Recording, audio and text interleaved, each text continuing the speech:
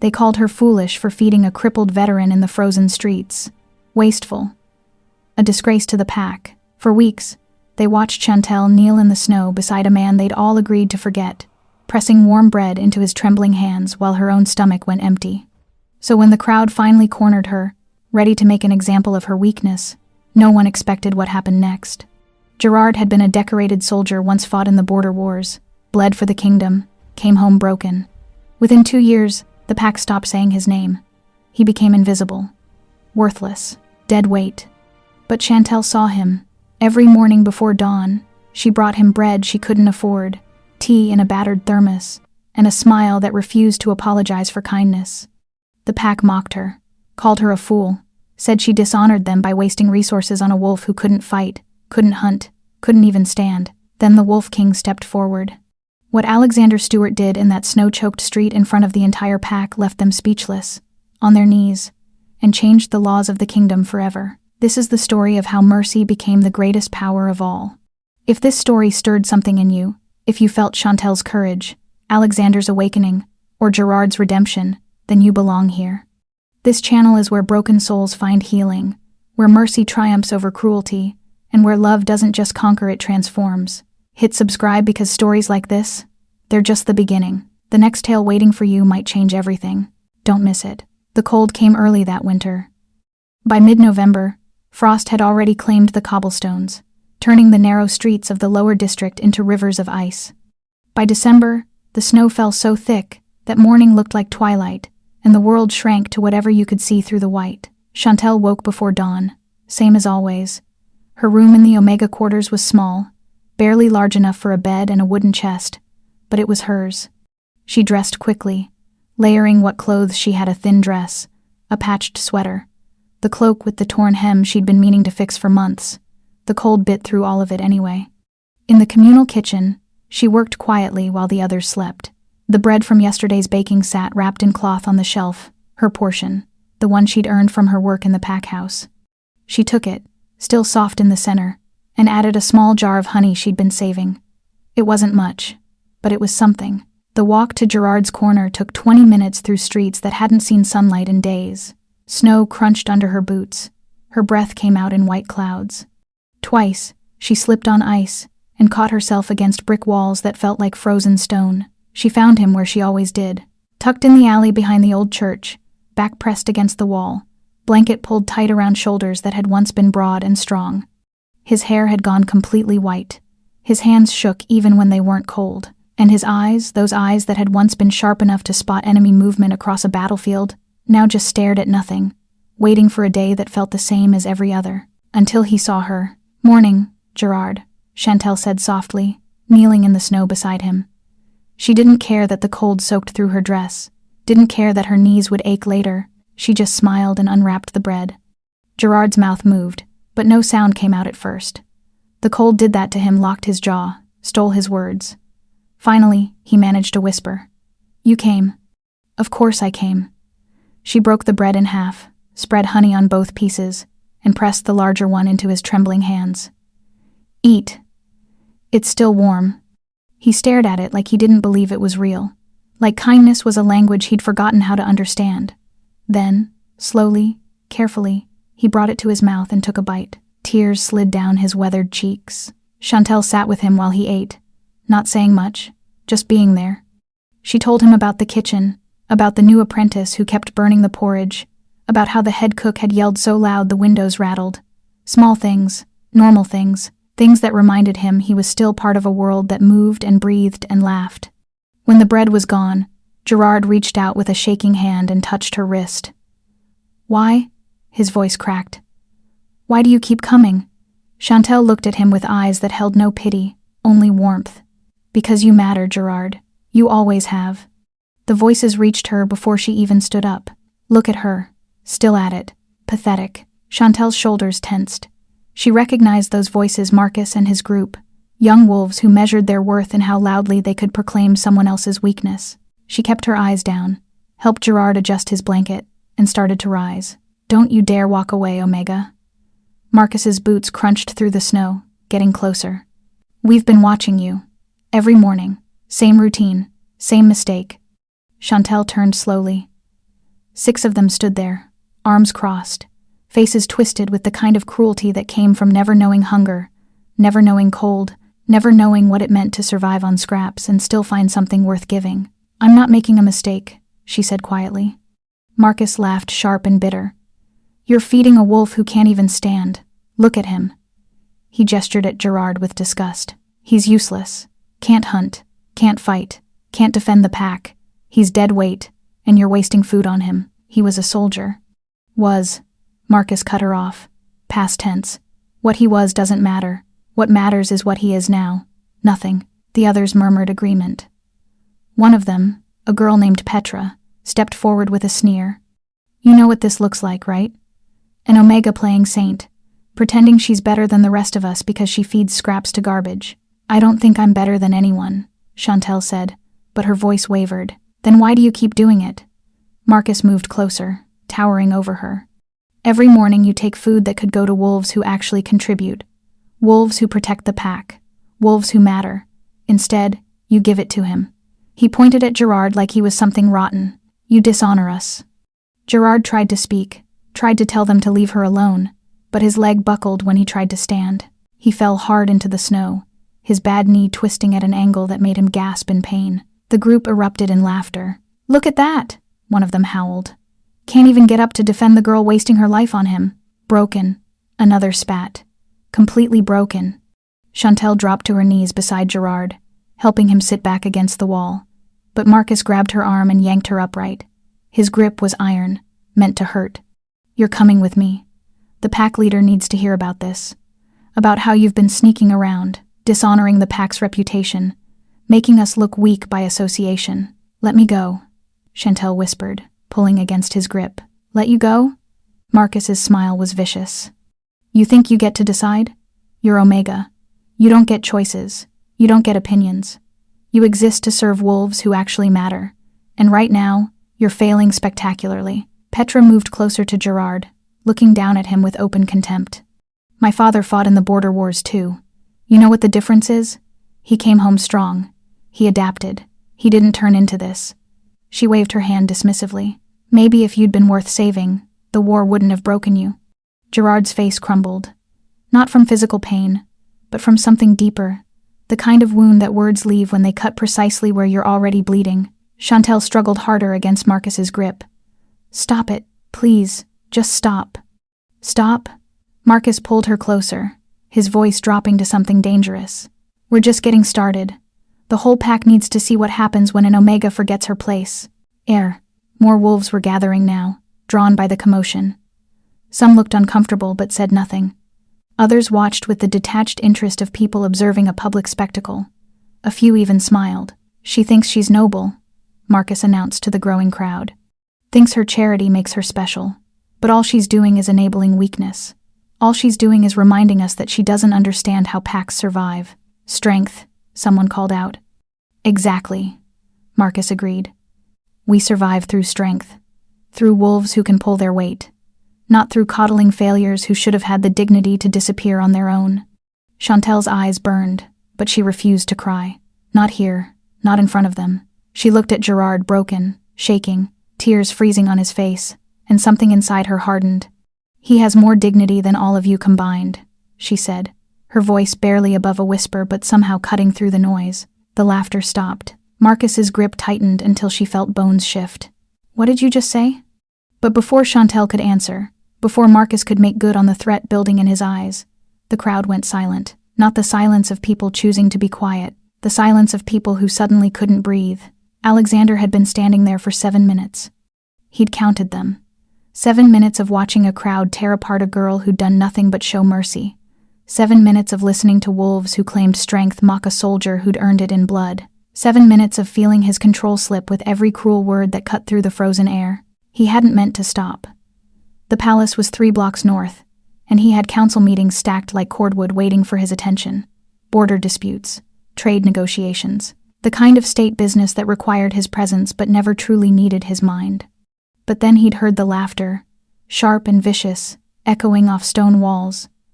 And something in him, something primal and ancient, had gone still. His wolf had turned its head. "Listen." So he'd stopped at the mouth of the alley, hood pulled low, and watched. The girl was small.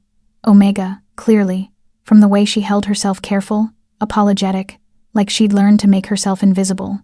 Her cloak was threadbare, patched in 3 places, and far too thin for weather that could kill. Her hands were red with cold as she knelt beside a man who looked like winter had already claimed him. But her smile, gods, her smile was warm enough to thaw stone. Alexander watched her break bread, her own portion.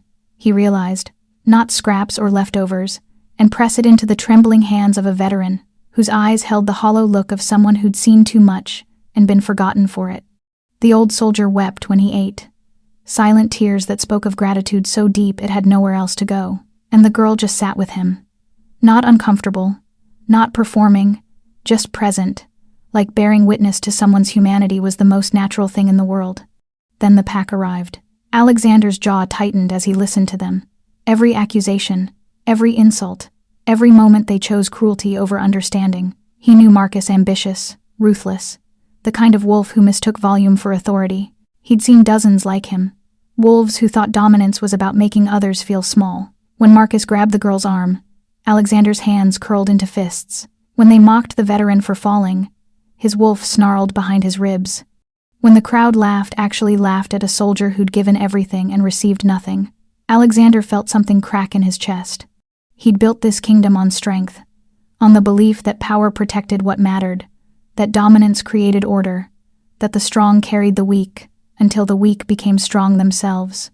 But standing in the snow, watching wolves devour one of their own for the crime of compassion, he realized something that sat in his stomach like poison. He'd built a kingdom that honored warriors in battle but discarded them in peace. A society that celebrated strength in the fight but had no language for the strength it took to survive after. A pack that knew how to kill for each other but had forgotten how to live with each other.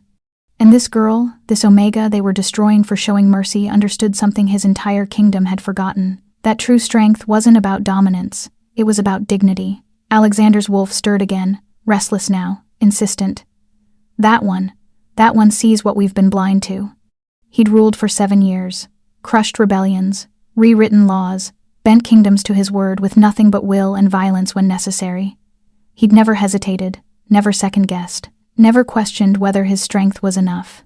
But watching Chantal pull against Marcus's grip, watching her refuse to abandon a broken soldier even as the world punished her for it, Alexander felt something he hadn't felt since he'd taken the throne.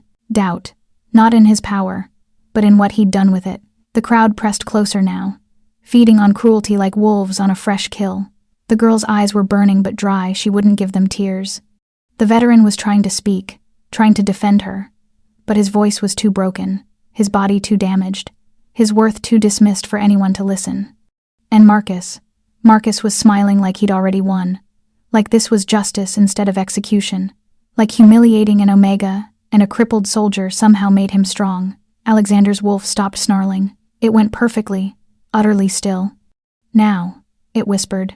Move now. Alexander stepped forward. He didn't announce himself, didn't raise his voice, didn't need to. The air changed. That's what people said later, when they told the story.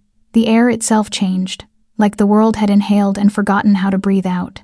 Wolves nearest to him felt at first a pressure against their spines, a weight that made their knees want to bend. They turned, saw the figure in dark armor, saw the amber eyes glowing beneath the hood, and their blood went cold. One by one, the crowd went silent. Marcus was still talking, still gripping Chantel's arm, still performing for an audience that had suddenly stopped watching him. Then he felt it too, the weight, the certainty, the absolute knowledge that something far more dangerous than winter had just entered the alley. His hand released Chantel's arm like it had touched fire, and Alexander walked forward through a crowd that parted like water, every eye dropping, every knee beginning to bend, until he stood exactly where he needed to be, between the girl and everything that wanted to break her. Alexander's voice cut through the silence like a blade through silk. Gerard Thorne. The old soldier's head snapped up.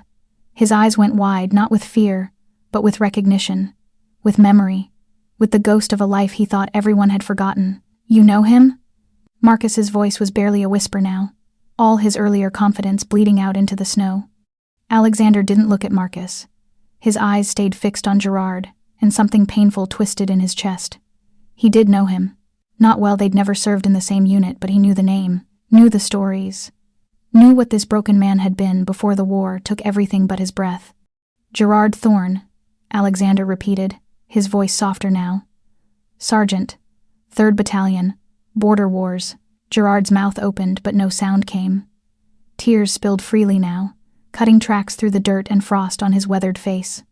Alexander took a step closer, then crouched in the snow beside him, bringing himself eye level with a soldier who'd once stood tall. "Battle of Shadow Ridge. You held the Eastern Pass for 3 days with 12 wolves against 200. 10 wolves," Gerard whispered, his voice cracking. "We lost 2 on the first night. You held anyway. We didn't have a choice." "You always have a choice," Alexander said quietly. "You chose to stand. You chose to bleed. You chose to give the civilians time to evacuate. 400 lives, Gerard. 400 people made it out of that valley because you didn't run." The crowd had gone deathly still. Even Marcus looked pale, his earlier righteousness curdling into something that might have been shame if he'd had the capacity for it. Alexander's jaw tightened. "You took 17 wounds in that battle. 3 arrows. A spear through the shoulder. A blade that shattered your knee so badly the field medic said you'd never walk again." "They were right," Gerard said bitterly, gesturing at his useless leg. "They were right that you'd never walk the same," Alexander corrected. "But you walked. You survived. You came home when half your battalion didn't." He paused, and his voice dropped to something raw. "And we forgot you." Those 3 words hung in the frozen air like an accusation. "The kingdom threw parades," Alexander continued, standing now, his voice carrying to every wolf in the alley. "We built monuments. We carved names into stone and marble. We celebrated victory and honor and sacrifice." He turned to face the crowd, and his eyes blazed with something between fury and grief. "And then we let our heroes freeze in alleys because they couldn't fight anymore." Someone in the crowd made a small sound, maybe protest, maybe agreement, maybe just the noise of a conscience waking up after a long sleep. Alexander looked at Marcus. "You said he's worthless because he can't hunt, can't fight, can't defend the pack." His voice went cold enough to frost the air between them. "Gerard Thorne has more kills than everyone in this alley combined. He's fought battles you couldn't survive in your nightmares. He's earned more honor in 3 days than you'll earn in your entire life." Marcus opened his mouth, then closed it. There was nothing to say, nothing that wouldn't make it worse. "But you're right about one thing," Alexander said, and Marcus's face drained of what little color remained. "He can't fight anymore. The war took that from him, took his leg, his strength, his future." Alexander's eyes swept across the crowd. "And what did we give him in return? What did the kingdom offer the wolves who bled for it?" Silence. "Nothing," Alexander answered his own question. "We gave them nothing. We let them disappear into the cold because their usefulness expired. Because strength is only valuable when it can be weaponized." He looked back at Gerard. "We dishonored you, not her." Chantel stood frozen, hardly daring to breathe, watching the Wolf King defend a broken soldier with a conviction that made her chest ache. Alexander moved to Gerard's side and did something that made the entire crowd gasp. He removed his cloak heavy, lined with fur, worth more than most wolves earned in a year, and draped it over Gerard's shoulders. "This doesn't fix it," Alexander said quietly. His voice meant only for Gerard now. "Nothing I do can fix what we took from you. But I see you, Gerard Thorne, and I remember." Gerard clutched the cloak with shaking hands, staring up at the Wolf King with an expression caught between disbelief and desperate hope. "Why?" he whispered. "Why now?" Alexander glanced at Chantel, at the girl who'd seen worth where everyone else saw waste, and something shifted in his amber eyes. "Because she reminded me what we've forgotten," he said simply. "That mercy isn't weakness. It's the only thing that makes strength worth having." The next morning, Chantel woke before dawn, same as always. Her hands shook as she wrapped the bread, not from cold this time, but from something else. Fear, maybe. Or the strange, disorienting feeling of being seen after a lifetime of being invisible. The Wolf King had defended her, had defended Gerard, had stood in the snow and rewritten the story the pack had been telling about both of them. She should have felt relief, should have felt safe, but all she felt was the weight of eyes that would be watching her now. Still, she went. Because Gerard would be waiting. Because the bread would go stale if she didn't. Because stopping would mean admitting that Marcus and his wolves had been right, that mercy was something you only practiced when it was convenient. The streets were empty, the snow deeper than yesterday. Her boots left tracks that filled in almost as fast as she made them. By the time she reached the alley behind the church, her feet were numb, and her breath came in white clouds that hung in the frozen air. Gerard was there, wrapped in the king's cloak. It dwarfed him, made him look smaller somehow. But he was warm. For the first time in years, he was warm. "You came," he said, and relief flooded his weathered face. "Of course I came." Chantel knelt beside him, unwrapped the bread, and pressed it into his hands. "Did you think I wouldn't?" "After yesterday." Gerard trailed off, his eyes searching her face. "Everything changed yesterday. You're protected now, connected to the king. You don't have to." "Stop." Her voice was gentle but firm. "I don't come because I have to, Gerard. I come because I want to. Because you matter." Nothing about yesterday changed that. They sat in silence while he ate. But the silence felt different now. Heavier, like the world was listening, and it was. Over the next week, Chantel kept her routine. Every morning, she brought bread. Every morning, Gerard waited. But now, others watched, some with curiosity, some with resentment, some with the calculating look of wolves trying to figure out how to use her newfound connection to their advantage. Marcus and his group kept their distance, but their eyes followed her everywhere. She could feel their anger simmering beneath the surface, not at being wrong, but at being humiliated, at having their cruelty exposed in front of the king. On the third day, she found a note tucked under her door. No signature, just 4 words in sharp, angry script. "You're still just Omega." On the 5th day, someone spilled hot soup across her workspace in the kitchens. "An accident," they said. Their apologetic smile didn't reach their eyes. On the 7th day, Petra cornered her in the corridor outside the Omega quarters. "You think you're special now?" she hissed, her voice low enough that no one else would hear. "You think one moment of the king's attention makes you untouchable, but he'll forget about you. Kings always do. And when he does, we'll be waiting." Chantel said nothing, just met her eyes with a calmness she didn't entirely feel, and walked away. That night, lying in her small room, staring at the ceiling while snow tapped against the window, she felt the fear coiling in her stomach. They were right about one thing Alexander would forget. Kings had kingdoms to run, wars to plan, councils to attend. He'd made his point. He'd defended her and Gerard in a moment of principle, but moments passed, and when they did, she'd be alone again. Still, the next morning, she woke before dawn, wrapped the bread, put on her threadbare cloak, and walked through the snow to the alley behind the church. Gerard was waiting, and her smile was real. Because this quiet act of showing up, of bearing witness, of refusing to let cruelty define what mattered, this was hers. It belonged to no one else, not to Marcus, not to the pack, not even to the king.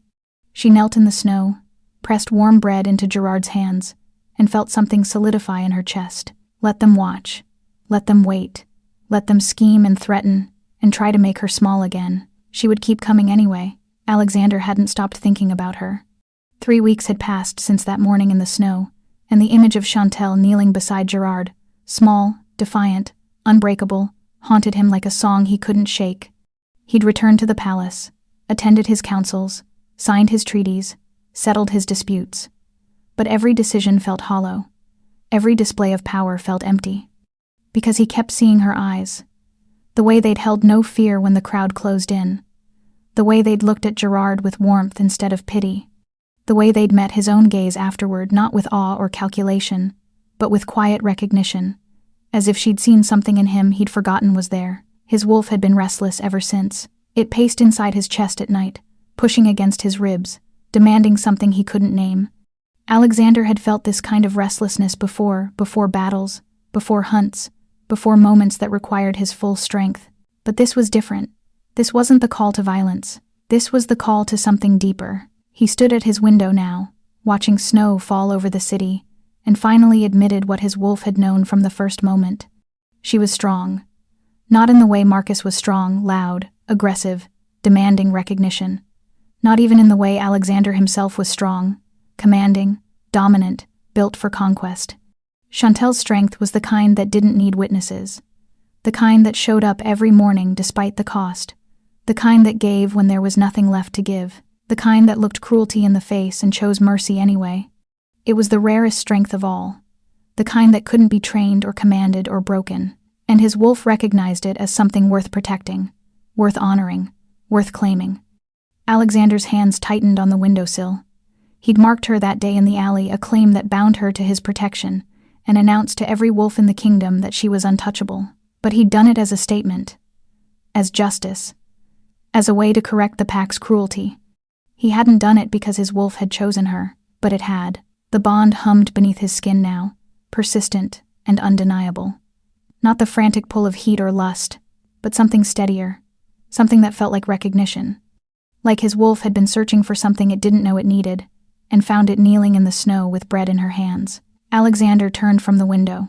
He had a choice to make. He could ignore this pull, let the mark fade into formality, return to ruling the way he always had, with strength, with distance, with the cold efficiency that had built his kingdom.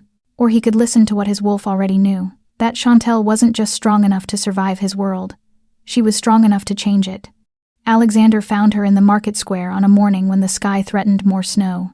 She was carrying cloth-wrapped bundles, moving through the crowd with her head down, trying to stay invisible. But she couldn't. Not anymore. Everywhere she went, wolves watched. Some with curiosity, some with resentment, some still trying to understand what had happened in that alley 3 weeks ago. He followed her at a distance, watching. She stopped at a baker's stall, counted coins from a worn purse, and bought 2 loaves instead of 1. The second disappeared into her bag for Gerard, Alexander knew. She never stopped, never faltered. Even with the weight of attention pressing down on her, she kept showing up. His wolf stirred. Now. Alexander stepped forward, and the crowd parted without him saying a word. Wolves turned, saw him, and the noise of the market died like a candle snuffed out. Chantel felt the silence before she saw him. Her shoulders tensed. She turned slowly, eyes going wide when she found him standing 3 feet away. "Your Majesty," she whispered, dropping into a clumsy curtsy. "Walk with me." It wasn't a request. She followed, clutching her bag, feet moving automatically while her mind raced. The crowd trailed behind them at a careful distance, sensing something was about to happen but not knowing what. Alexander led her to the center of the square, where the old stone fountain stood frozen and silent. Then he stopped, turned to face her. And the entire market held its breath. "Do you know what it means?" Alexander said quietly, his voice carrying in the stillness. "When an alpha king marks someone," Chantel's face went pale. "Protection," she managed. "It means protection. It can mean that." Alexander stepped closer, and his eyes blazed amber. "It can also mean something more." Her breath caught. 3 weeks ago, I marked you to shield you from cruelty, to make a point about what this kingdom had forgotten." He reached out, and his hand cupped her face with a gentleness that made the watching crowd gasp. "But my wolf knew something I didn't. It wasn't just protection, it was offering." "I don't understand," Chantel whispered. "You will." Alexander's other hand came up, framing her face, and the bond between them flared so bright that every wolf in the square felt it, a golden thread of fate pulling tight, snapping into place with the inevitability of winter turning to spring. "I claim you," Alexander said, his voice carrying to every corner of the market, "not as an act of mercy, not as a statement of justice, but as my mate, as my equal, as the one my wolf has chosen above all others." The words hung in the frozen air. Then the crowd dropped, every single wolf. Knees hit cobblestones, heads bowed. Even Marcus, standing at the edge of the square, went down with his face pressed to the ground. Chantel stared up at Alexander, tears streaming down her face, unable to speak, unable to move, unable to process that the Wolf King had just claimed an Omega as his queen. And Alexander smiled, really smiled for the first time in 7 years. The palace felt different when Chantel walked through its doors for the first time. Not because of the marble floors, or the crystal chandeliers, or the tapestries that cost more than entire villages, but because every wolf inside bowed when she passed. It had been 2 days since the market square. 2 days since Alexander had claimed her in front of the kingdom. 2 days since the world had turned inside out and remade itself with her at the center. She still didn't know how to breathe in this new reality. Alexander had given her chambers next to his own rooms larger than the entire Omega quarters, with windows that overlooked the city and a bed soft enough to feel like floating.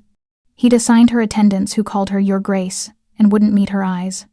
He'd presented her to the council, and they'd knelt so fast their knees bruised. But the real shift happened in the streets.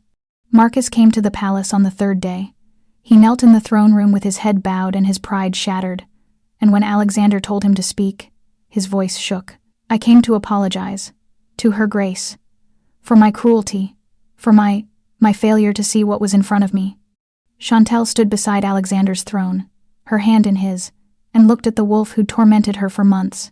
She could have destroyed him with a word, could have demanded punishment, exile, anything. Alexander would have given it to her without question. Instead, she said, "Gerard Thorne needs a place to live, a warm house, enough food, respect." Marcus's head snapped up. You dishonored him," Chantal continued, her voice steady. "You dishonored all the veterans we've forgotten, so you're going to fix it, find them, house them, make sure they're cared for. That's how you apologize." Marcus stared at her, something like understanding dawning in his eyes. Then he bowed again, lower this time. "Yes, Your Grace." When he left, Alexander pulled her close. "You could have broken him." "Breaking people doesn't fix anything," Chantal said softly. "You taught me that." "No." Alexander's voice was rough with emotion. "You taught me." Word spread quickly. The Omega the king had claimed wasn't interested in revenge, wasn't interested in power for its own sake. She was interested in changing the things that mattered, in rewriting the rules that said strength was only measured in dominance, that worth was only counted in victories. Within a week, the first veteran shelter opened. Within 2, 5 more followed. Wolves who'd been invisible for years suddenly had roofs over their heads, warm beds, full stomachs. And every single one knew who to thank. Not the king who'd ordered it, but the queen who'd demanded it. The pack that had mocked Chantal for feeding Gerard now watched her reshape the kingdom with the same quiet determination she'd shown in that frozen alley. And slowly, grudgingly, then genuinely, they began to understand. Mercy wasn't a weakness. It was the foundation of a different kind of strength. The kind that didn't just survive, it transformed. 6 months later, Alexander stood before the Grand Council with a document that would rewrite the kingdom's foundation. Chantal sat beside him, no longer nervous in rooms full of power, no longer apologizing for taking up space. She'd learned something in these months, that her voice mattered, not because Alexander had claimed her, but because she'd never stopped using it, even when the world told her to be silent. "The law of valor," Alexander announced, his voice carrying through the chamber, "is hereby amended." The council stirred. The law of valor had stood for 300 years, the code that governed rank, honor, and worth in the kingdom.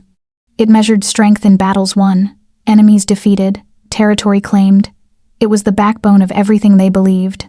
"Strength," Alexander continued, "will no longer be measured solely by dominance in combat. It will be measured by service, by sacrifice, by the courage to show mercy when violence would be easier." Silence. Then murmurs. Then an older council member stood, his face tight with disapproval. "Your Majesty, with respect, this undermines everything our ancestors built. Strength is what protects us. Strength is what abandoned Gerard Thorne in an alley to freeze," Chantal said quietly, and the room went still. "Strength is what mocked me for feeding him. Strength is what convinced us that warriors only matter when they can still fight." She stood, meeting the council member's eyes. "That's not strength. That's cruelty wearing strength's name." The council member opened his mouth, then closed it. Alexander's hand found hers. "The kingdom will honor those who serve in ways that don't require violence. Healers, teachers, caregivers, those who feed the hungry, shelter the homeless, tend the broken." He paused. "And veterans, all veterans, regardless of their ability to fight, will receive support for life, not as charity, as payment for service already rendered." The document was passed. Every council member signed it, some eagerly, some reluctantly, but all understanding that the world had shifted beneath their feet, and there was no going back. That night, Chantal found Gerard in his new home, a cottage near the palace with a garden he was learning to tend. He'd gained weight. His eyes were clear, his hands still shook, but less now. "You changed everything," he said, tears in his eyes. "No," Chantal smiled. "I just remembered what mattered. The kingdom did the rest. But Gerard knew better. The kingdom had needed someone to show them what strength really looked like. Someone who'd kneel in the snow with bread in her hands and refuse to stop, no matter who was watching. Someone who'd prove that the most powerful force in the world wasn't dominance. It was compassion that refused to be silenced. And in the end, that changed everything. Thank you for watching this story to the end. If you enjoyed this story, you will surely love the next one. It's as crazier and more intriguing as can ever imagine. So do check it out. Click on the image showing on your screen right now to watch the next one.